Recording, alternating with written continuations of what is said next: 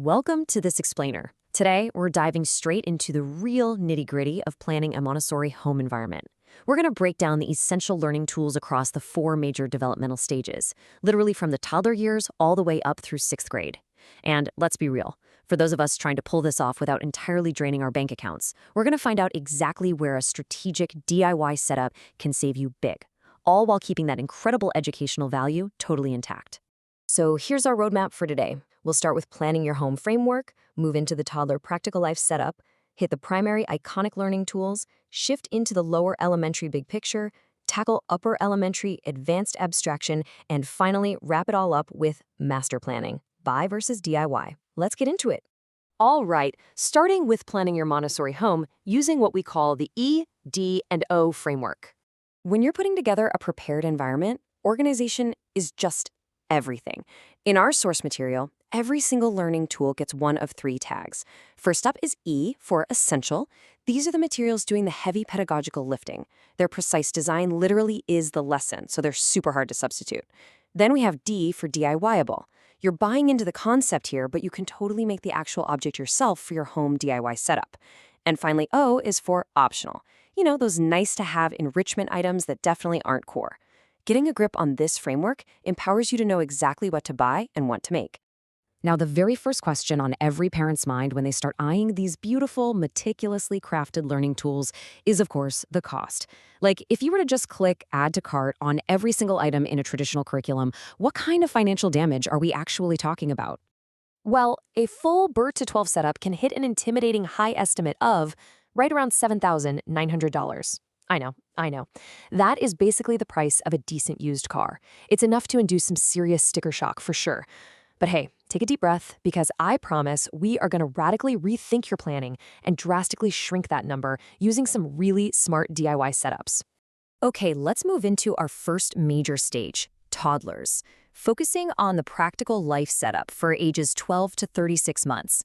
This is a stage of tremendous physical and practical discovery.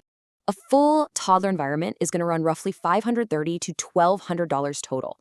And here's the thing, the vast bulk of your budget here is going toward practical life furniture. We're talking low open shelving, hand washing stations, child-sized tables. It's really not about proprietary specialized learning tools yet.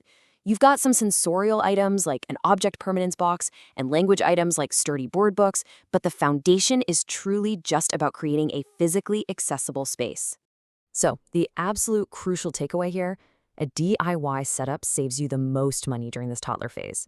A whopping 70% of this environment is literally just furniture and household objects. You really don't need expensive gear. You can easily hit up a thrift store for small glass pitchers for pouring exercises, or just sew some buttons and zippers onto fabric squares for your own dressing frames, instead of dropping cash on specialized wooden ones. Moving right along our timeline, we transition out of that highly domestic toddler space and step into the primary stage, the famous Casa dei Bambini, covering ages 3 to 6. This brings us to primary, iconic learning tools. This is the stage everyone instantly pictures when they hear the word Montessori, and rather predictably, it's where parents experience the biggest financial hurdle. The primary level heavily front-loads your costs compared to all the other developmental stages. We're looking at a max of around $3,095, and the reason is simple. This stage relies on highly specialized, isolated variable materials across sensorial, language, and math. They are specifically engineered for the explosive cognitive development happening at this age. However, you absolutely still have options to massively offset those costs. For instance, instead of dropping $30 to $50 on wooden sound cylinders, you can achieve the exact same pedagogical goal for about $10, just using old film canisters filled with stuff like rice or beans. Same thing for sensorial temperature lessons. Instead of buying thermic tablets, just gather little squares of metal, wood, and glass from around your house for free. It's a total game changer. Next up, lower elementary, big picture, covering grades 1 to 3 or ages 6 to 9. This is a really fascinating transition. The learning tools shift away from the sensorial and move toward promoting advanced abstraction and big-picture reasoning. The child's mind is literally expanding to take in the universe. Now, while this stage does drop in overall cost compared to primary, you're still looking at an estimate between $845 and almost $2,000. There are some heavy-hitting new purchases here, like the large continent puzzle maps for geography, the checkerboard for multiplication, and the full set of B chains for skip counting and squaring. But here is the absolute secret weapon to elementary planning. Materials aren't consumed, they're inherited across levels. Let that sink in for a second.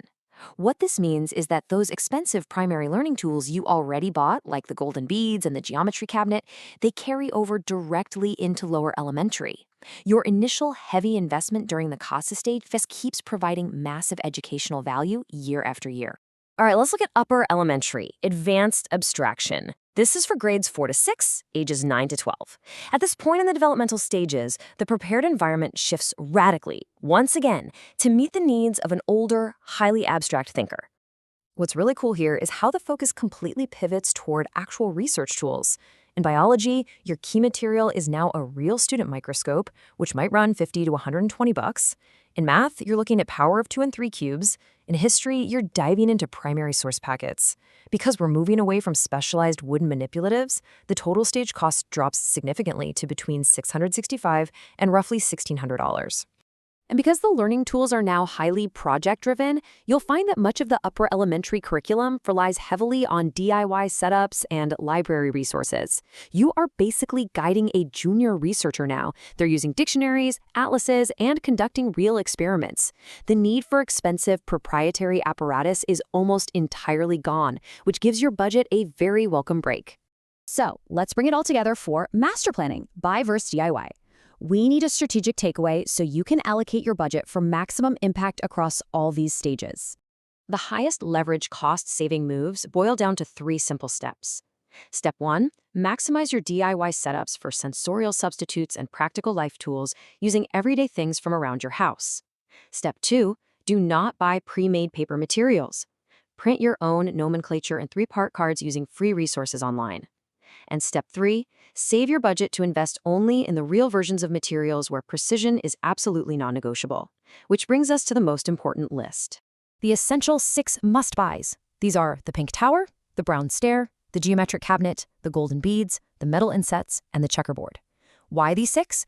Because their precise, isolated variable design is doing very real cognitive work. A homemade, clunky approximation of the pink tower or the golden beads is just going to muddy the spatial and mathematical concepts they're meant to teach. So buy these 6 and DIY the rest. Now, as you finalize your planning, keep one very crucial caveat in mind. This blueprint only covers the physical, prepared environment and the tangible learning tools. It does not include the separate, and honestly often more important, investment of your own teacher training, curriculum albums, or instructional guides. So we've given you the tools to hack the costs and construct an absolutely incredible physical space from birth to 6th grade. But it leaves you with one final, essential question to explore on your own educational journey. You have the blueprint for the prepared environment, but are you ready to be the prepared adult? Thanks for joining us for this explainer, and happy planning.